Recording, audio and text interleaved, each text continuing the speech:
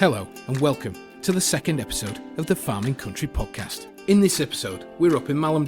Jeremy drops into Town Inn Farm Shop and talks sausage and meat with Chris Wildman, and in the same neck of the woods, Ted enjoys a family farm walk with Ashley Caton, focusing on all things farming and his plans for diversification in the future. Also in this episode, have you got worms? Andy Barrett from Craven Farm Vets tells you how to get rid of them pre-lambing and also talks blood testing.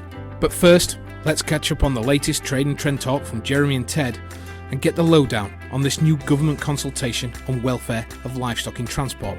We talk with Richard Findlay, National Livestock Chairman of the NFU, and Haulier Michael Saxby. So let's get stuck in. Well folks, we'll have a little scoot around the sheep markets and see what's happening out there. We all know that prime sheep at the moment are a fantastic trade. Monday at Skipton averaged 290 pence a kilo, but the AHDB figures suggest that live markets are trading around about 275 pence average mid-February 2021. That's around about 14% up on the same level in 2020, 34 pence a kilo. So fantastic trade at the moment. And what's causing it? Well, we know that the tighter slaughter figures out there, we've seen those for January on the AHDB figures, are showing around about an 18% fall, and cast ewes as well, a 36% fall in the number of cast sheep slaughtered as well. So it's no surprise that we're seeing the trade that we are. What's going to happen over the next month or two? Well, feeders are reporting that sheep aren't just performing as well at this last month or 6 weeks with the really wet weather moving straight into wintry snow down the east side and the west side of the country. So lambs haven't performed as well. It's appear that I would say throughputs are going to look tight again still for another month or 6 weeks yet. So if you're sheep out there at the moment, I would say that these average prices, as I say, 270 to 290. If you think they look acceptable, maybe it's the time to go and try and draw some out. Even if they are a little bit lighter than what you might have usually sold them at, the values per head are there and it's maybe time to have a go. Later into the season, we might see if the weather improves that the lambs catch up, and maybe further on through March and into April we see some larger numbers, see some seasonal numbers coming out. Just how that might affect trade at that point, we'll have to see. But certainly for the next month or 6 weeks, job's looking good. Quick insight into the cattle trade this week. Certainly this week we've seen cattle a good trade across all the rings, odd variations in there. Monday, very good trade indeed. Odd dairies towards 170 for the very younger end, i.e. under 30 months. And the run of the better cows would be 130 to 140 in there. But at the bottom end, the plain cows were very, very dear indeed. Only an odd cow under 80 pence. Same thing on Wednesday as well with the feeding cows. Beef cows, 50 of them, averaged well over £1,000. It is unprecedented. Odd cow in there, more like a Belgium type of export cow, £1,700. The run, very, very good to sell indeed. Same thing in the store cattle ring. Grazing men are out there in force looking for cattle to graze through the summer. We are looking at increased beef sales across the board, 18-19%. I think that's basically with people staying at home. That will probably change that mix if the catering trade comes back on as more and more people begin to eat out again. That will help the suckler bread trade, which is sold through the independents and the markets as well, which finish up in the hands of the independent operators who need that catering trade to help their sales. That looks fair with the prospect of catering trade coming back on again. Somewhere around the corner we'll see the increased beef registrations, which were mainly out of the dairy herd from 2020 coming through into the system, but I would expect those to be mainly factory type of cattle. At our end, the retail end, suckler bred cattle, as we well know, are going to be scarce because falling numbers in the national suckler herd.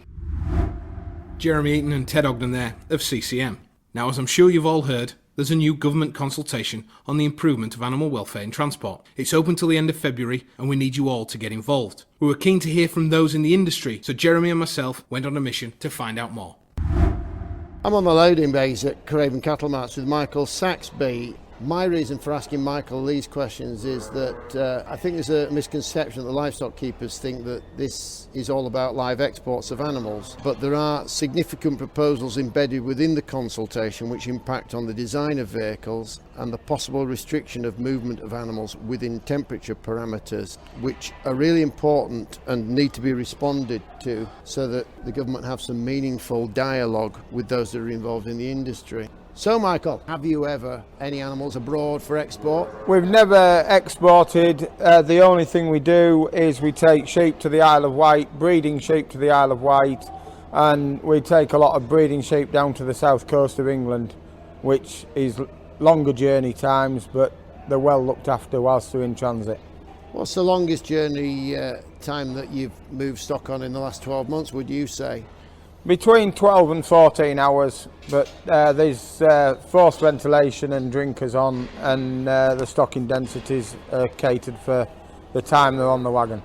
Is that journey time from a market then, which includes your stops as well, your compulsory stops? Yeah, from a market or direct from farm, just depending on what we're asked to do, really. I think it's important for me to add here that we, as livestock auctioneers, we're legislated by and policed by trading standards regarding time spent in the market by animals, and in our eyes that's rest time. Any journey time which included market time as well would severely limit the ability of stock to move around the country, not only to processors but also into the hands of breeding stock purchasers. If it was the market time was taken into account, I would think half the time you would struggle to get out of Yorkshire from Skipton. Good point, Michael, is that? The journey time starts from the first animal putting its first foot on the back door of the wagon and finishes when the last animal takes its last step off the wagon. Again, we've got adjustable ventilation, so if it's cold we can put the ventilation up a bit, like you would in a car. If it's a cold day, you don't drive around with the windows open. If it's warm, you wind the windows down. Regarding stocker densities, there's nothing like using your own eye. As long as stock has enough room to put an extra animal, whatever species there is, that then gives them room to move round, as long as you've got that space. And you don't want too much space, because if you have too much space and a car pulls out in front of you, you have to stop, or a child runs out in front of you, you have to stop as hard as you can to protect whoever you're going to hit through no fault of your own. Then you'd have the animals surging forward and you'd certainly have big problems. That's why we have partitions in, to keep animals safe in transit. One of the things I've noticed in the consultation is that there's a suggestion that there may be a different set of regulations for breeding stock as opposed to cattle or sheep or pigs which are going for slaughter or further finishing. Do you consciously make different decisions about depending on what use the animal is going to be put to at the end of the journey? No, all animals are treated with the same respect and compassion, whatever their destination is, Jeremy. Do you think, Michael, we've missed in that quick run round the consultation paper that you think you should be just drawing to our attention? I think really the industry is already heavily regulated, which I have no problem with. All animals have to be treated with respect and compassion. You know, if we were doing it badly, we would have more complaints than enough, and I would already be out of business. We put livestock on and pride ourselves in transporting them well. We enjoy moving quality stock with compassion and respect for the animals. Michael, I'd like to thank you very much indeed for taking the time out just to drop in here to Skipton and talk to me about these very important proposals. Consultation closes at the end of February and it's online. Welcome Richard Findlay, the Chairman of the Livestock Board for the National Farmers Union. Richard, the DEFRA consultation, what are your thoughts in general? I think, unfortunately, this consultation demonstrates a low level of understanding on the part of DEFRA about how the livestock industry works and how we move cattle and sheep around the country. They don't seem to understand how it all works and how well it all works as it is. So some parts, the banning of live exports, that's a government manifesto commitment. You know, that's what's one of the parts of it, but the rest of the stuff on journey times and things like that, they've got a complete lack of understanding of how well it actually functions as it is. There's a section on temperatures for transporting livestock.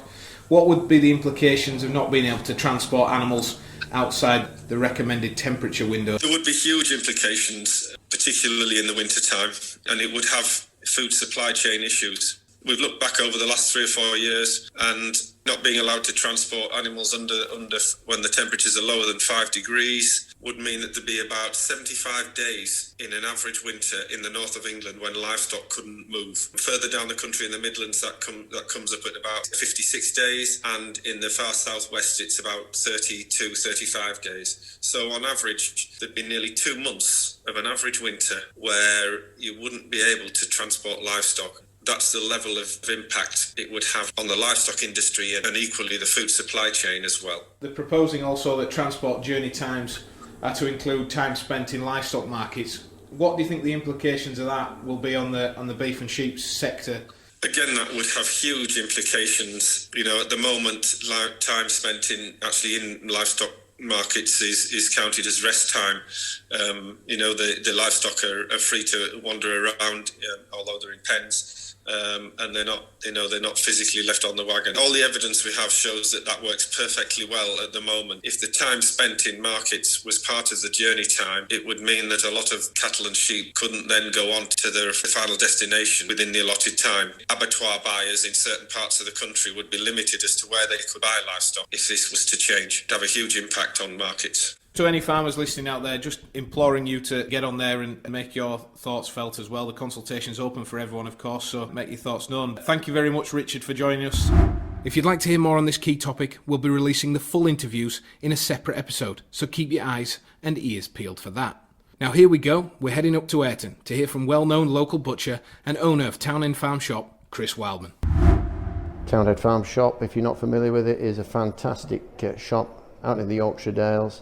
Sells lots and lots of local produce, and under normal conditions runs a very, very busy tea room. Chris, how did you get into this? Well, I think I was born into it, probably, really.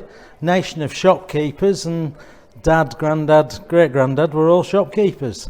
So, butchers and shopkeeping was in the blood, I think, really. So whilst I may have been away down in that London for a while, eventually came back.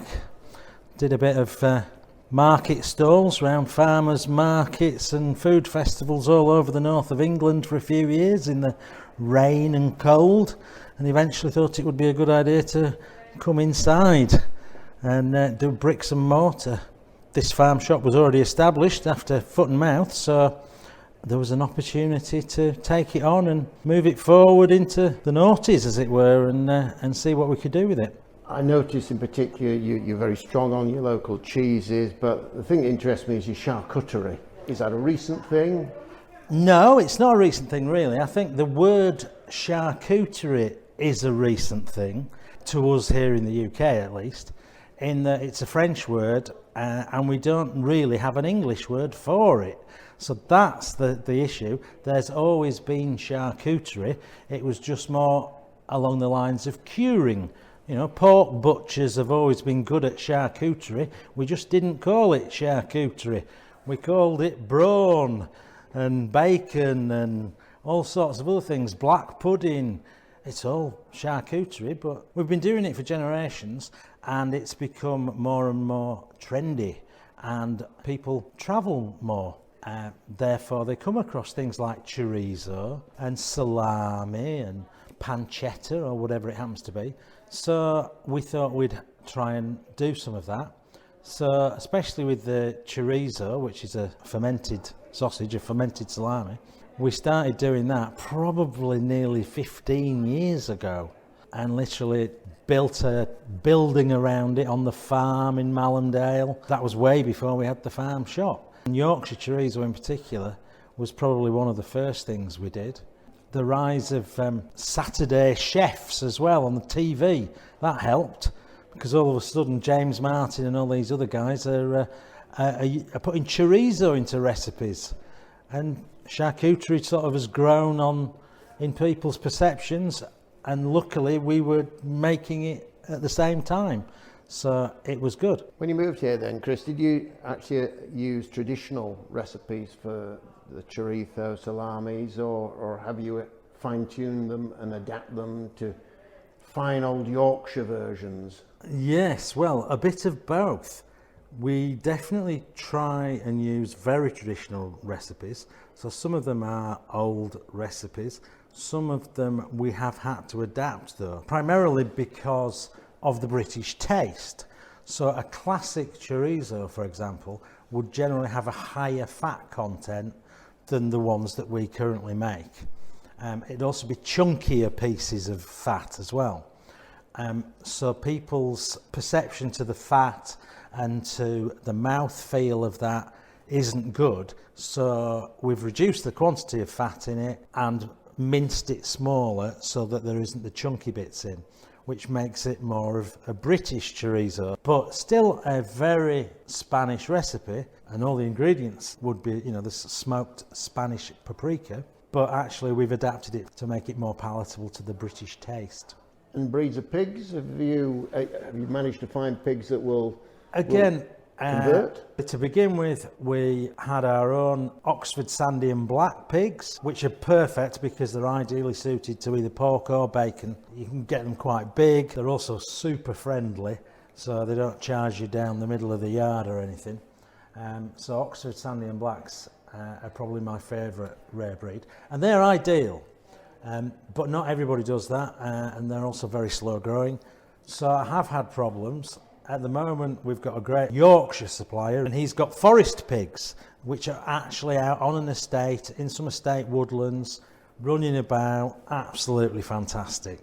So the woodland pigs are ideal.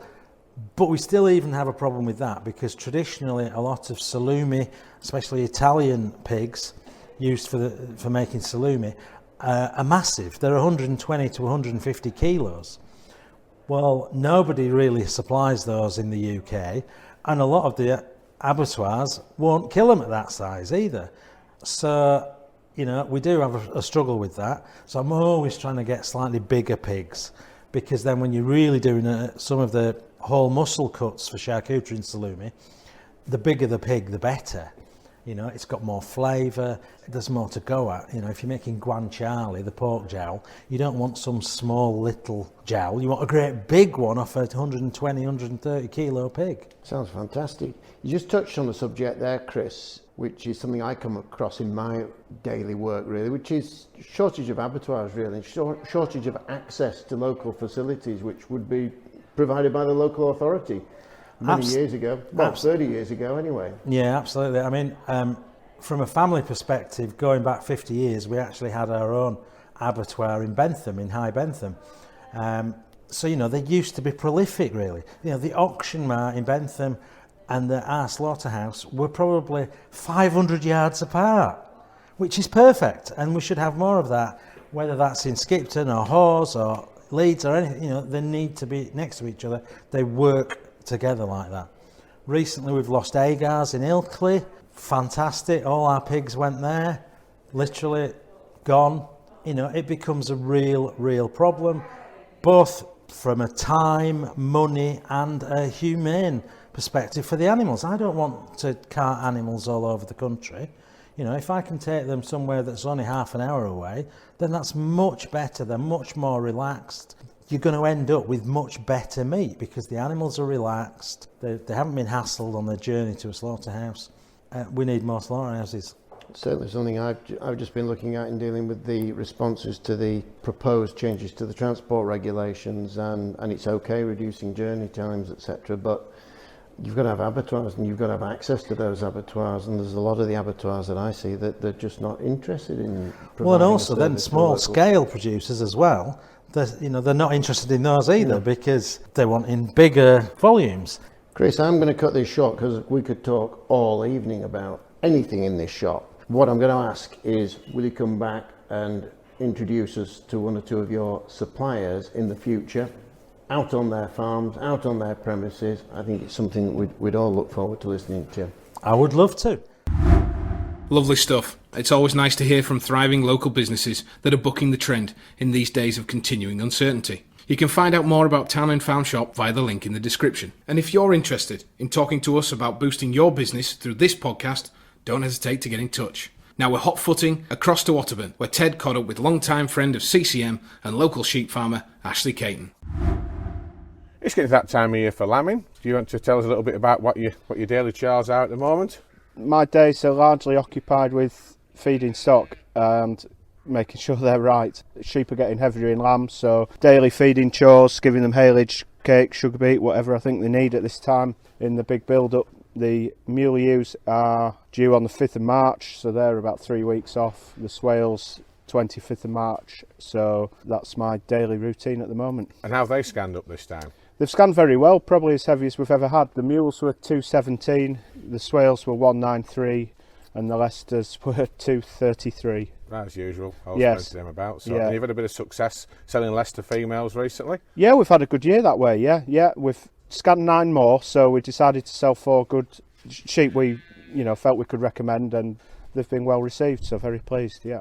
Are you quite excited about your mule lambs this next time? I'm really excited. I always, at this time of year, my thoughts always turn to lambing time and the prospect of a nice mule gimmer or two. There's nothing beats it for motivating you through the hard months of lambing. It's a real buzz, so I'm looking forward to it. So we've had sort of 10 or 12 months of lockdown. How's things in the farming fraternity? How are you hearing from other farmers that they're looking forward to lambing time or not looking forward to lambing time after a period of isolation? I think things are generally positive. You can't beat a good trade for keeping farmers, positive, and things. It has been good this year. We missed the crack, we missed the auction, we missed getting together at shows. Malham show in our area has been a big miss, but generally speaking, I think farming's positive. Cull ewe and fat lamb trade are exceptional, so that kind of motivates you. And there's a general feeling that buying British and food production is more on the agenda than it was maybe 12-18 months ago. It certainly seems to be a benefit, doesn't it, of lockdown. So you have some ground up Malham Dale, and we're looking at the agriculture bill and elms, etc. How do you think that's maybe going to affect hill farming? The devil's in the detail. It's almost, even at this stage, too early to say really. It's very trendy as the environment thing, and areas like Malham Dale, which further up the dale our land is in Triple SI, you would think there will be some sort of support for tailoring your agricultural production on those areas of land, but I'll wait and see and be reactive to the new schemes is my policy. Yeah. And 4 children in the house, are the boys still interested in agriculture? Various degrees, but some extremely interested. They're very excited for lambing. One of their sheep has had a set of triplets at the weekend, so that was great for them, and Betsy enjoys coming out too. So I would say one advantage of COVID and lockdown is spending more time as a family and having them on the farm. It's been quite a pleasure really. That's good, isn't it? Yeah. Is there any other farming challenges you see at the moment? What about the cattle enterprise now? We've seen good beef trade recently, and at the moment things are good. All farming commodities seem to fluctuate these days. Having an eye on cost of production is key for us. We're always trying to be more efficient whilst producing a good quality product, so being able to ride out times where things aren't as expensive and still turn a margin is key for us. And if things are good, happy days. Also having the capacity within your farm to carry things a bit to see if things improve is another thing we're looking at. And with the countryside being quieter, is anything else coming up, business wise? We have fortunately got planning permission and converted a barn, which is just behind you actually, Ted, into holiday accommodation, so we're looking forward to that opening if we can get through this COVID period. That's good. And also we have a barn at Malham that we've been fortunate enough to get planning permission on for a refreshments kiosk, so we are diversifying to mitigate any lack of support from the agricultural bill. So as a family we're looking outwards. That seems a very sensible way. Yeah, good. We'll see. Well, thank you for talking to us. Pleasure. And good luck with lambing time. Thanks very much. Great to hear from Ashley there. Back here on site in Skipton, we're making a beeline to Craven Farm Vets and Andy Barrett, who gets us up to speed on pre-lambing worming and blood testing of ewes. Wormer resistance is a widespread problem for the sheep industry. To keep the drenches that we've got as effective as possible for as long as possible, we have to do things differently. So preventative worming's out, and now it's all about treating animals that really need it. Adult sheep that are well fed and in good body condition have good natural immunity to worms and don't really need worming. And the only exception to this is around lambing time, when the ewe's immune system suffers a dip in effectiveness that leads to an increase in worm egg output. This increase is highest in thin sheep and those that are carrying multiple lambs. And this periparturient rise is responsible for a lot of the pasture contamination that causes problems for lambs later in the year. So really we're worming ewes at lambing time to protect their lambs. The other important principle when you're worming sheep is always to leave at least 10% of the group untreated. As research has shown, this is the best way to delay the rise in resistant worms on the pasture. So when it comes to lambing time, only worm ewes that are thin or those that are scanned for twins or triplets. Don't worm fit ewes that are carrying singles. This way you'll always leave at least 10% of the group untreated.